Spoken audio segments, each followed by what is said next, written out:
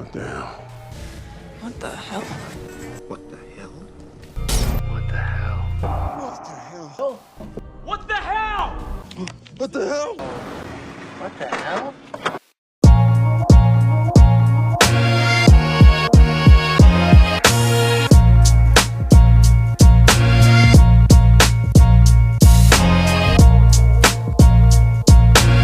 Hello, everybody. Welcome to What the Hell Should I Watch? The weekly rundown of what we're watching, which may become what you're watching. Coming at you every Friday at 9 a.m. Pacific time on stevestebbing.ca. And this week, well, I really only have a couple things new to talk about. And then basically, I'm going to hand over the show to Chloe, and she's going to run with the growing string of movies as under her hat this week, though you're not wearing a hat. So No. turn of phrase. I am actually. My hair comes off like a Oh helmet. shit, like Vader style. Yeah. See, you're not a Star Wars person, so that's just like washes over you like nothing. I get the references. I live in the world. Well, you really like Seth MacFarlane stuff, and he's a big nerd for everything sci-fi, so Yeah. you get all the references. But that's we're already off to a great start by meandering down a weird path, so let's just get started.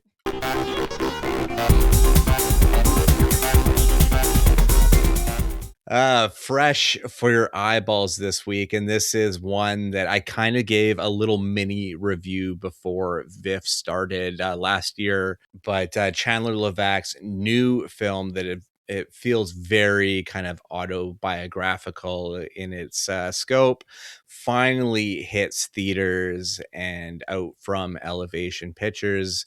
This one is Mile End Kicks. A 24-year-old music critic gets romantically involved with members of an indie band she decides to publicize. Starring Barbie Ferreira, Devin Bostick, Stanley Simons, Juliet Gariepi, and Jay Baruchel. Written and directed by Chandler Levack. And Chandler Levack did a film called I Like Movies that I really, really love, and that really resonated with me a lot. And I enjoyed her conversational style in the writing of her films a lot. So I was really, really looking forward to Mile End Kicks. I remember talking with you about it, that it was one of my anticipated ones for the festival when we were kind of figuring out what kind of screeners we could get.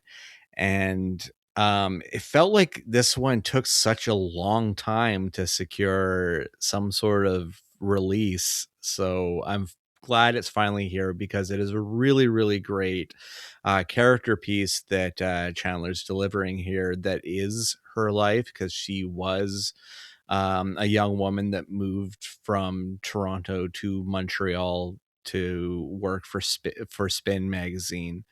So as a 24-year-old that thinks they know everything, and then they get the harsh dose of reality, because for the first time they're out of their nest and their element, and things come at you really fast. And Barbie Ferreira is just so damn good in this movie. I'm increasingly fond of this actress. Everything I see her in, between this and Bob Trevino Likes It, just some really, really great character stuff. And the rest of the cast around her, Stanley Simons is really great. Devin Bostick, big fan of Devin Bostick. You probably would know him as Roderick in the original Diary of a Wimpy Kid movies. Oh, yeah. That was Devin Bostick. He was also in the 100 as well. And Stanley Simons is great. Julia Gariepi is she was in an incredible film called Red Rooms, that is a favorite film of the After the Credits podcast, I would say. That it made it into top 10s at least 2 years. And there was argument that it could still be used because it still gets screened places. But Mile End Kicks is a really, really solid film. I'm not seeing a whole lot about it, which is kind of disappointing, because I think it's a movie that really should be seen, because Chandler's got a great voice, and I'm always keen on seeing films that she writes and directs, because it feels like she puts so much into it. And I'm just really dig these first two films. I haven't seen Roommates yet, which is the film she did for Netflix with Sadie Sandler. But she didn't write that film, so it's a little different. But I really, really dig this one a lot, and I recommend it to you for sure. Just one nerdy little bit in this film, and it was shot by Jeremy Cox, who I've already talked about on this show before, because he shot Keeper for Osgood Perkins, which is a hell of a film. I think people should be talking about that film a lot more, because it starts off slow, but the tension of that film and the third act of that film is incredible. Absolutely incredible stuff. But next, Jeremy Cox has Backrooms, which is out in May. I am so excited for that. My God. Yes. Like, I will be there opening night. Hell yes. That's it. That trailer is just, oh, so delicious. I'm so excited for that one. But please, Canadians, get out there and see Mile End Kicks, a really great original Canadian story, and a great, later coming of age, like mid-20s coming of age film that is really, really, really solid. All right, moving on. And I just firstly wonder, Bill put this in my head about the audacity of putting your name on a movie so early in your career, and how that could, I get on my mind how that could possibly be a curse if you're, because M. Night Shyamalan did it, and his films kind of, I mean, we differ on this subject, but declined a fair bit. But still wanted to give it a chance because I loved his last film. This one is Lee Cronin's The Mummy. The young daughter of a journalist disappears into the desert without a trace.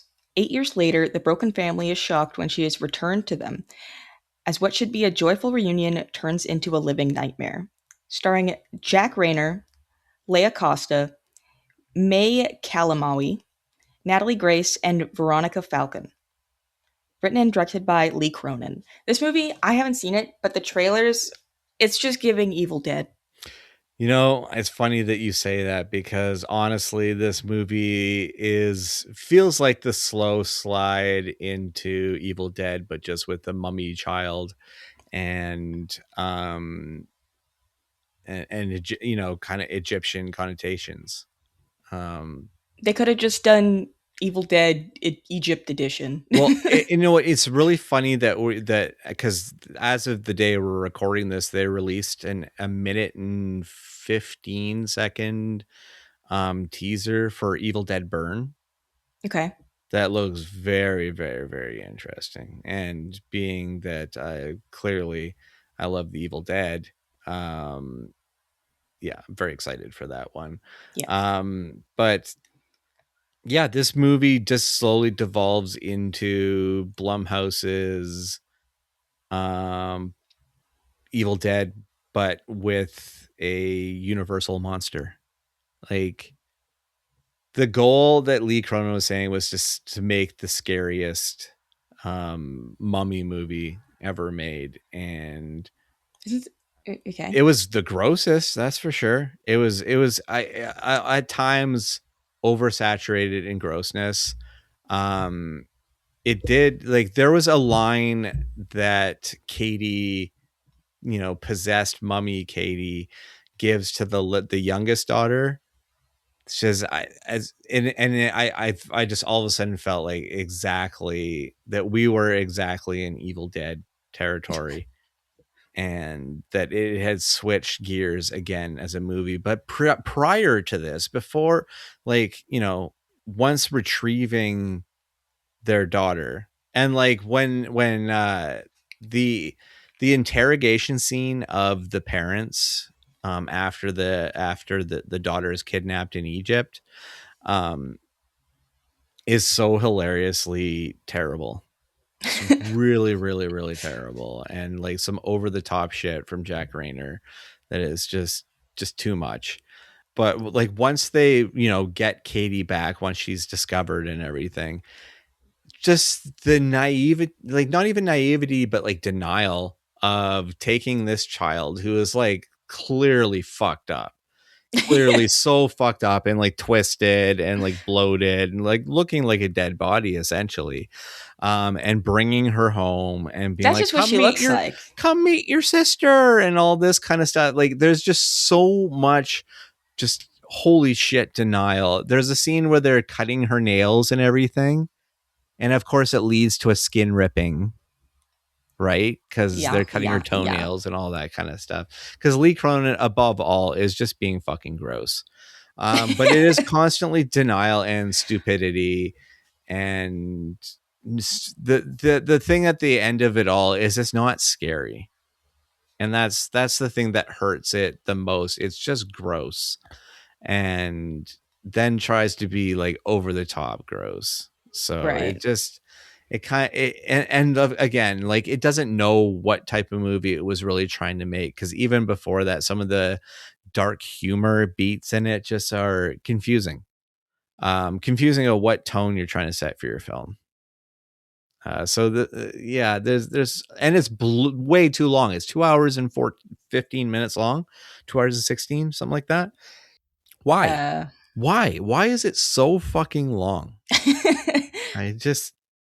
And I mean, I swear to God, they forget about two of their kids in this movie for a good chunk of time.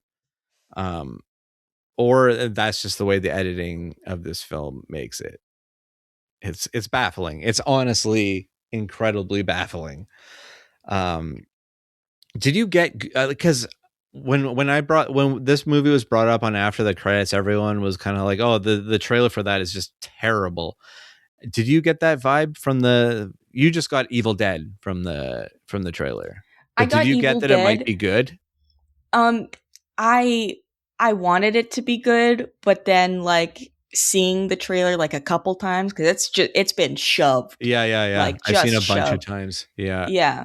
The more it was like it's trying to be Evil Dead, but in the way that like Evil Dead is a little bit campy, like how like the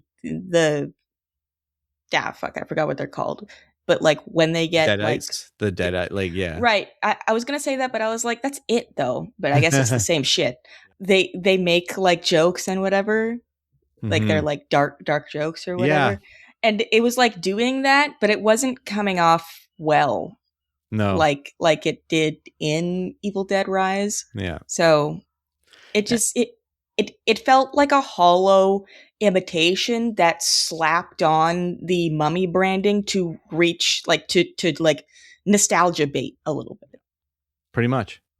Let's get nerdy here.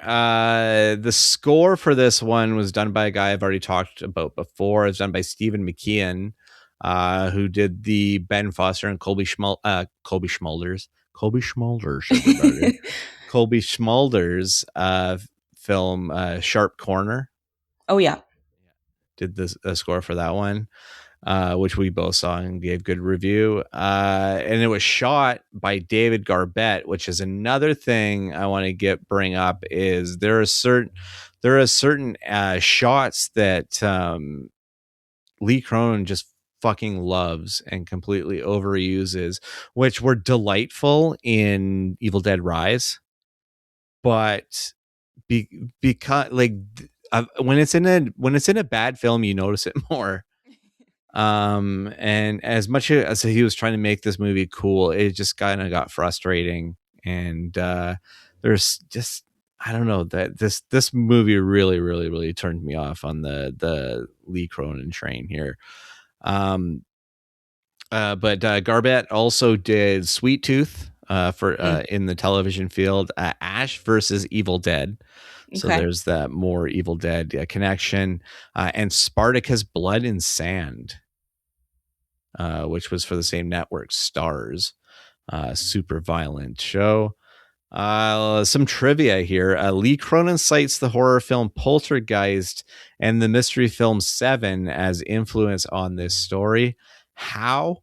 I could not tell you. I honestly, without a shadow of a doubt, could not tell you how those correlate on this film whatsoever. The film was originally going to be called just The Mummy, but producer Jason Blum decided to put Lee Cronin's name to the title to avoid confusion with the past Mummy films, such as the 1999 to 2008 trilogy. Cronin was initially unsure, but ended up accepting this decision. He probably should have fought it more. Yeah. He probably should have fought back about it more because this movie's not great. May Calamway and May Elgety are the first Egyptian actors to appear in a mummy movie. Despite all the previous films being set in Egypt, they had actors from other countries playing Egyptian characters.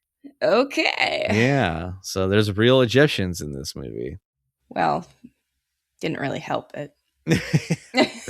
Following the success of Evil Dead Rise, producer James Wan asked Lee Cronin to make a mummy film.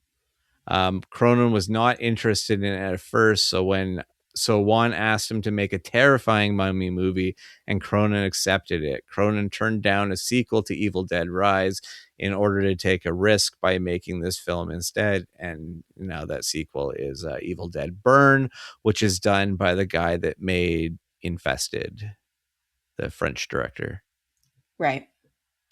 What, the one in the apartment building? The one that I raved about like a couple years ago? Yeah. Hell yeah. Same director. Yeah. So they just released the teaser for that today. Okay. It's a crazy looking teaser. It's so wild looking and very different for an Evil Dead film as well. So, all right. Now let's see what I added to my library.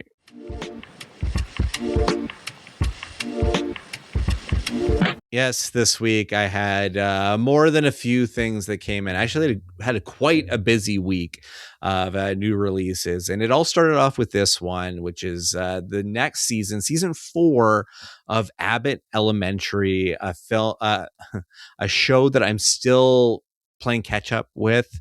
I really, really dig it, and it's like one of those shows that was like a fill-in show for those big network episodic comedy shows like Modern Family and The Middle and stuff like that. Like I needed another long running series, and Abbott now season 4 entering season 5. It's honestly really getting up there, and it's hugely critically acclaimed, just like Modern Family was at in its heyday, and worth it because Quinta Brunson's hilarious in this one. And the full cast in this, Tyler James Christopher, who is Chris and Everybody Hates Chris. Yeah. He's really, really funny in this show.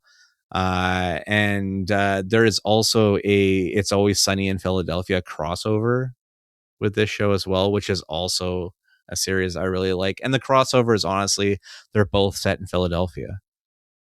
So it's plausibly could happen because they could be in the same TV universe, Philadelphia. Right. Yeah, I'm really digging the show so far. So glad to have season 4 when I get through season 3 here, but really, really liking it a lot, and happy to have that one in the collection. I also got one.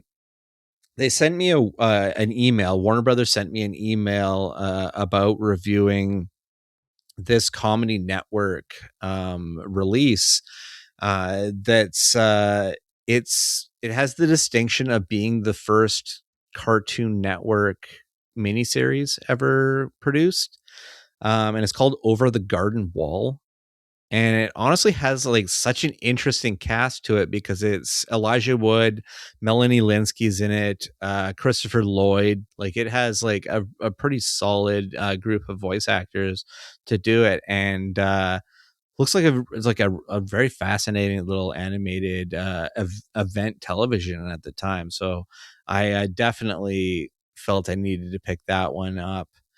And then this next one was just honestly a upgrade from the DVD. And it's a film that came out during my video store clerk days when I was growing the DVD collection.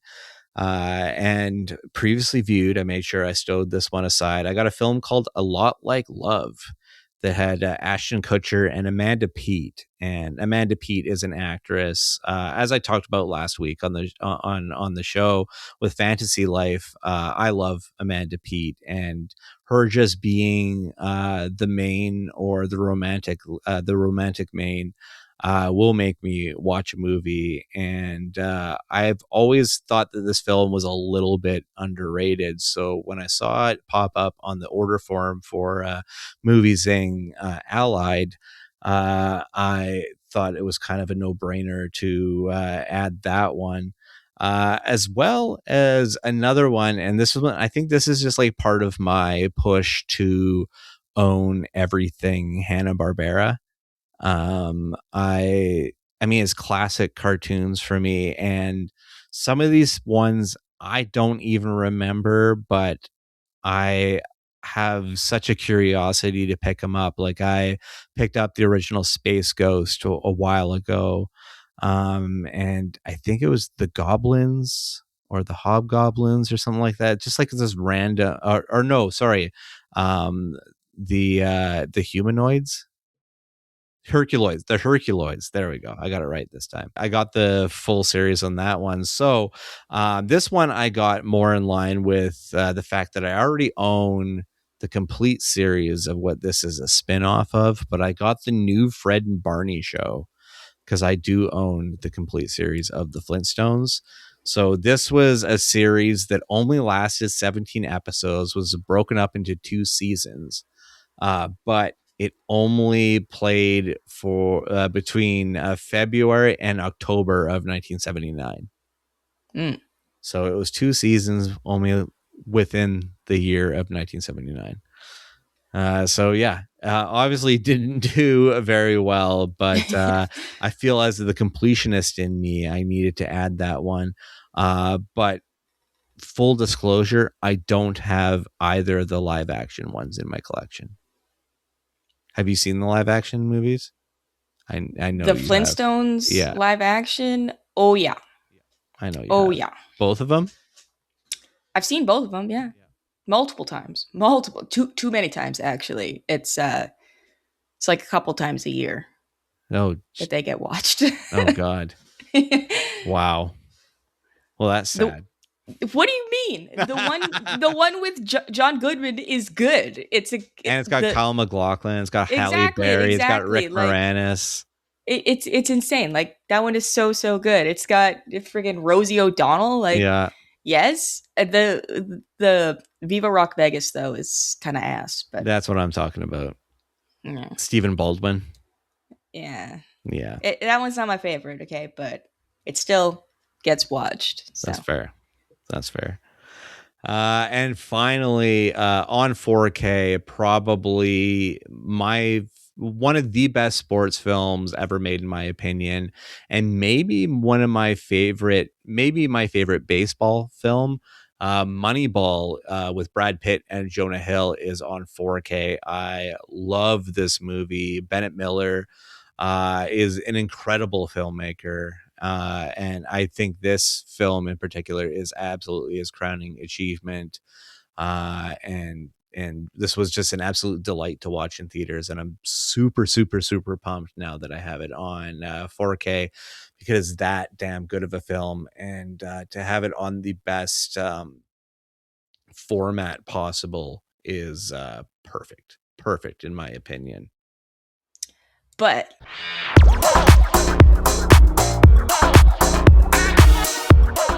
time for the butts. All the butts.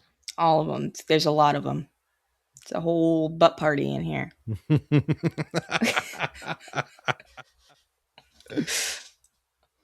Okay, let's start with the biggest butt. And that is Ryan Gosling's butt. With Project Hail Mary.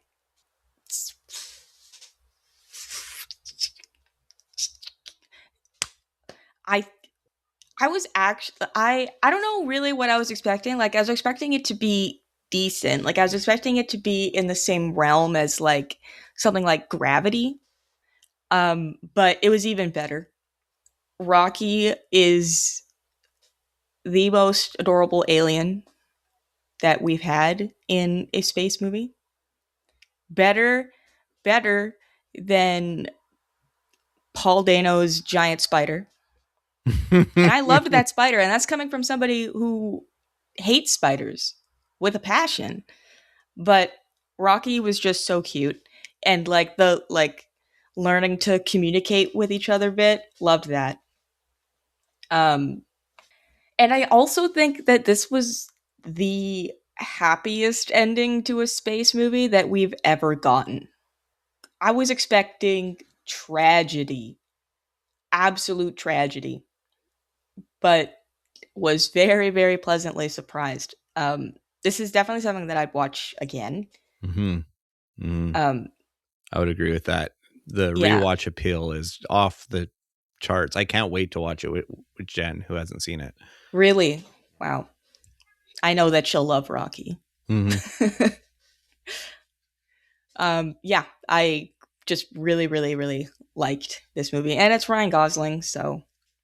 And I actually like made the kind of like connection that Glenn Powell is like the new generation's Ryan Gosling, but Ryan Gosling is still like Ryan Gosling. So now there's just another Ryan Gosling who's just like slowly climbing up to that status. Let's move on to 2026's Body Cam. This low budget, and it's apparent. I specifically chose this film to put on because the critic scores were decent. It was like 80 something percent, like 84% or something like that. And then the audience scores were horrific. So I was like, okay, let's see who I agree with on this one. And I can see why it's not appealing to a general audience because it is low budget and tangibly so. But I can also appreciate it for what they were trying to do. It's entirely filmed through a police body cam. They go to check on a domestic disturbance, and it turns out to be this cult that's operating there. And they're trying to birth the Antichrist like they're always trying to do. Like they do. Like that's just what they do. That's it's what they do, you know. It's their favorite weekend activity. It's the dedication that you have to admire. And it's, you know, it's pretty there were definitely things in it that were like creepy and fresh. Like they go into this house and they go into the basement and there's just this pit. Just this never-ending pit in the basement, just like it in like a dead-end hallway. And that's kind of the extent of like the originality for me.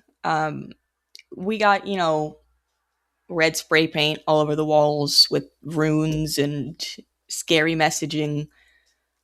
But the setup is kind of cool. Like they go to this place and it's like it's already like a wash. Like this place is a hellhole, literally.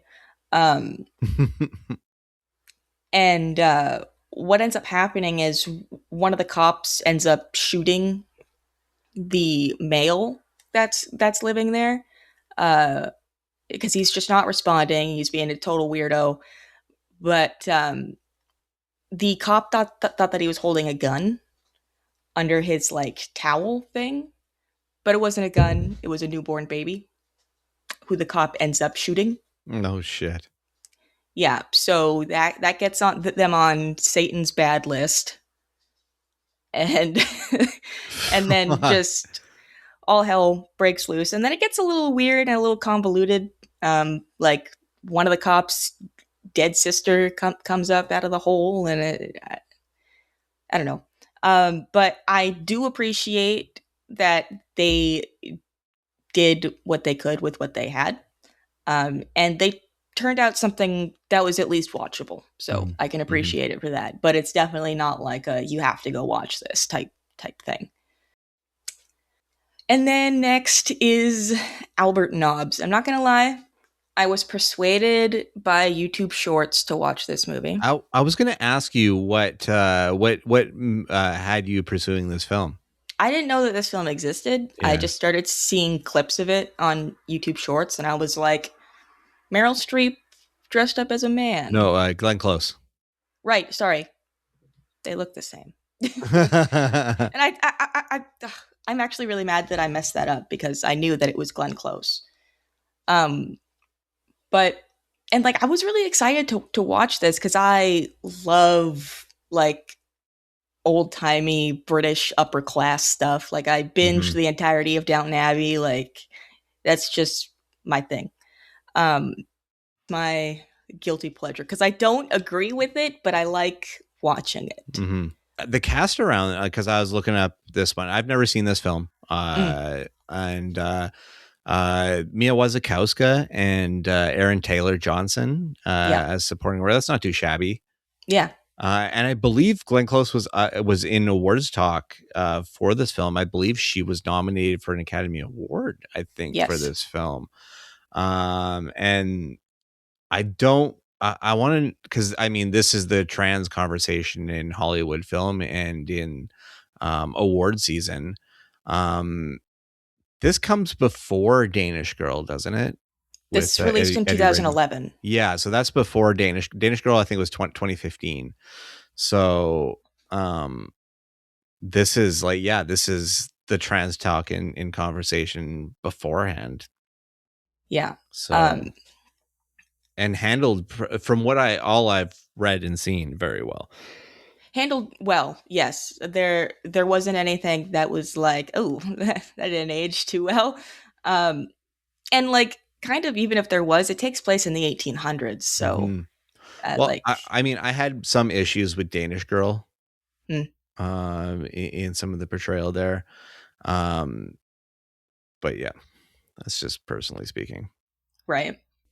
As much as like I did enjoy watching this film, by the end of it, I was kind of like, so what actually happened?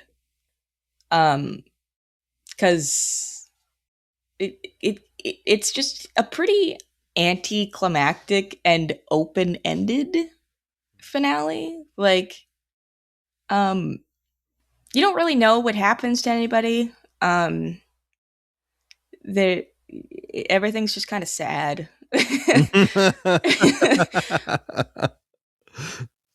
Fair enough. But like it's really difficult watching the character of Albert Nobbs because it's just consistently sad. Nothing good ever happens to her. We don't actually ever learn her name, like her real name. Yeah, like she tries to navigate the world as a man because the initial reason that we're given is because she thinks that it wouldn't be possible for a woman to be independent. But at the same time, the hotel that she works at as a butler is owned and run by a woman. So her logic kind of just doesn't really hold up there. And then you find out why she's actually pretending to be a man, and it is devastating. And she does come across another woman pretending to be a man, but that woman is doing it because she's gay. So she's doing it so that she can be with a woman, and Albert is straight. Albert likes men. So she's trying to court Mia, who is in like a weird relationship with Aaron Taylor Johnson's character. But Albert is like in her 50s, I think. And Mia is like not even 20, I don't think. Right. So that's already an odd dynamic. And Mia's like, I don't know, like, what's going on here? Like, it's weird. And she's obviously not into it. But Albert feels he doesn't have another option, that there's no other woman. So he just keeps going after her. And it's obviously goes nowhere. And it's just, I don't know. It's just overall sad. It's just watching Albert get rejected and beat down and set back over and over and over again. Yeah, it is a good watch, but don't expect too much excitement. Fair enough. And then Undertone. I did watch this and I did really like it, but our main character is pretty unsympathetic. No, yeah. Yeah, unfortunately. But yeah, I think that's it's kind of part of it. Yeah. Like guilt is a huge part of it. Yeah. And it is like pretty like skin crawly. Yeah. Yeah. Did you get a notion of how it would play in theaters? Yes. And I wish that I had seen it in theaters. Especially that final scene in theaters. Oof. Yeah, I really like this one, and I do recommend people to watch it. If you're into genre film. I don't really have a crazy amount to say about it, just because like it does all happen in one place. Yeah, it does. The thing that I brought up most about it was the fact that it does a great job of making you feel creeped out, but by what you can't see, by like the space in the room. Yeah. Also there's a really great callback in the third act to just what feels like a throwaway part in the beginning of the film, just like some random video. Yeah. And it gets used, and it makes it so much scarier. I don't know, that this movie Undertone is the closest film to feeling very creeped out, like where it actually did a good job to break through on me. It's actually funny because that video, when she first said the name of it, I was like, oh, I know that. That's like old school YouTube horror. And then the video gets brought up and I'm like, oh, that's not the video. So I don't know, maybe the original's like copyrighted or something. It's been on YouTube for like, I don't even know, 17 years or something like that. But yeah, it's a good film, good spooks. Especially for like it's basically almost entirely audio reliant. Yeah, and made for pretty cheap. With some re-editing, they changed her podcast partner's voice and cast Adam DeMarco to do that voice. A former Disney kid. Yeah. Yeah. And he was just in Something Very Bad is Going to Happen on Netflix. And he was on White Lotus. So he's doing pretty well right now. Yeah. Oh, but yeah, it was made for super cheap and then bought by A24. So like, Yeah. success story for sure. Yeah, for Whatever sure, money it makes in theaters, it's because of the A24 distribution level, it's going to make at least into the millions. And I would be surprised, I feel like I would be surprised if this movie was made for $2 million. It also does a great job of like making you feel the isolation as well. Mm-hmm.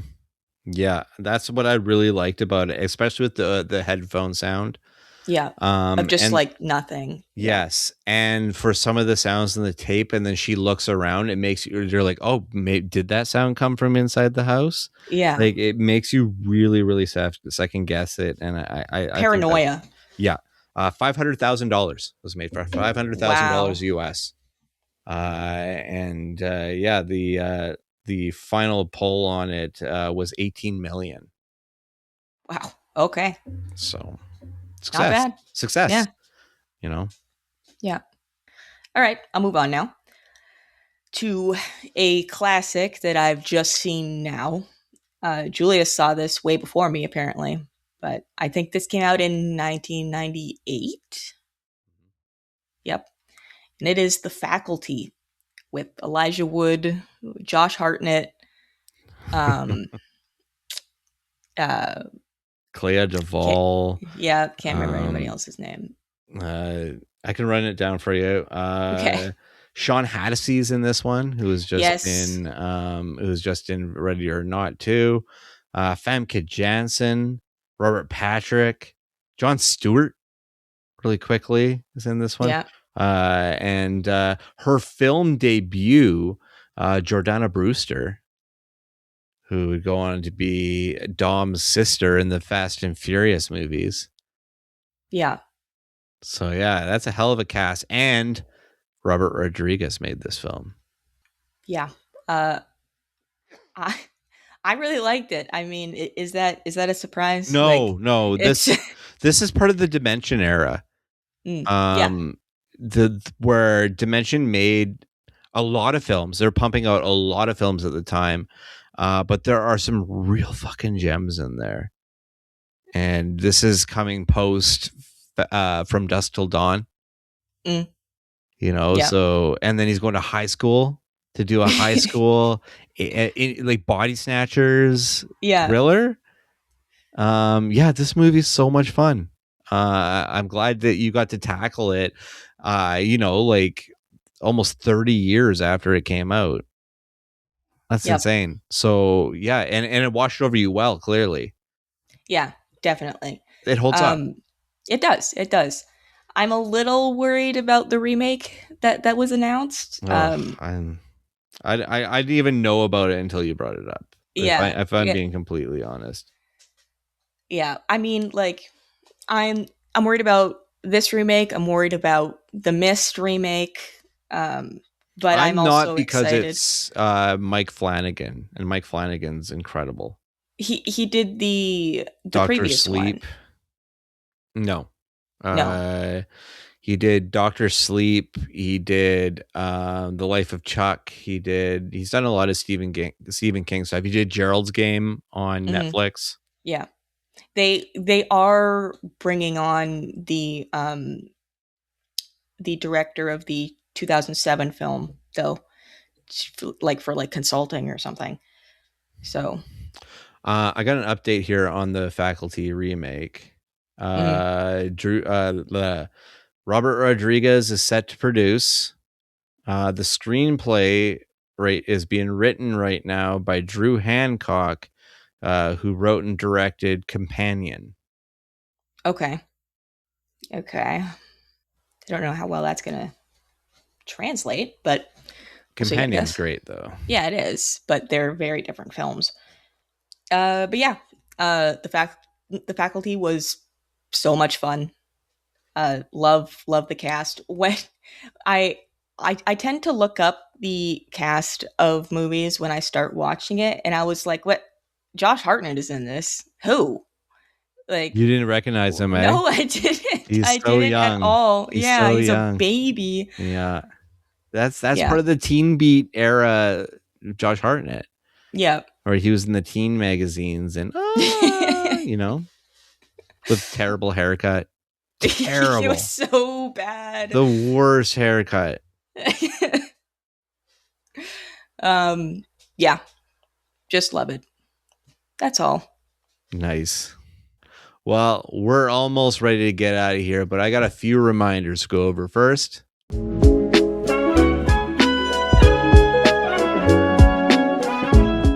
Yes, on 4K this week, and highly, highly, highly recommend this one, especially on 4K, because I think it would play really well in a great home theater, and makes up for the fact if you didn't see it in theaters, which kind of shame on you, because both Chloe and I did, because it's Send Help.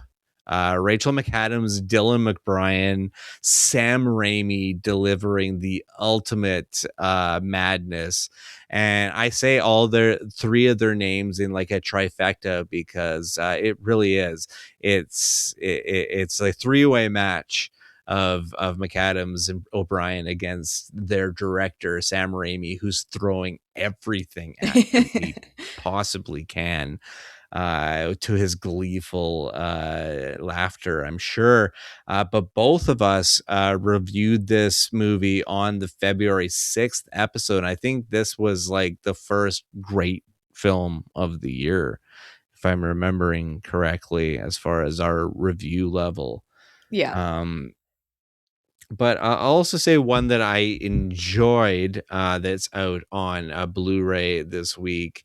And both of us got a look at this one as well at different times. But Primate is out on Blu-ray. Hell of an opening scene. Yeah. It really, really sets the tone. As Chloe has brought up, it does suffer from stupidity, but it's still a pretty damn solid watch. And Chloe still attests that monkeys are fucking creepy, especially when they're not really a monkey. It's just like a dude in a suit. But I reviewed it on the January 9th episode, and Chloe reviewed it on the February 27th episode. So you can check out our reviews there. And also out on Blu-ray, also in a beautiful steelbook that features Dr. Kelson and a skull.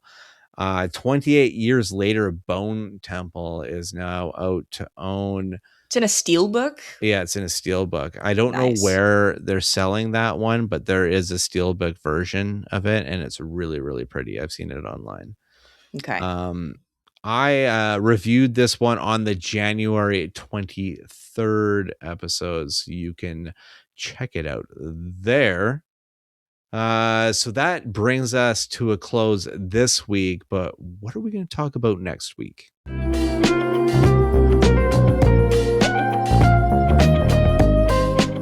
That's a little taste of next week, and we're going down the biopic route. And I'm just going to say it now. I don't have much excitement for this movie. Maybe if I was, a kid listening to his music all the time. But Michael is being released. This is the Michael Jackson biopic, which I believe now has been sanitized by the Jackson estate themselves. Sanitized. With a brand new ending that they paid for.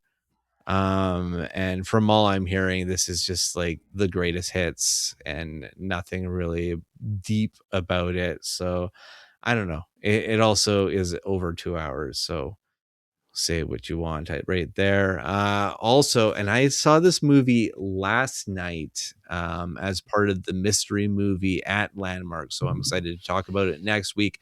Hell or High Water director David Mackenzie's new film, Fuse, with Aaron Taylor Johnson, Sam Worthington, and Theo James.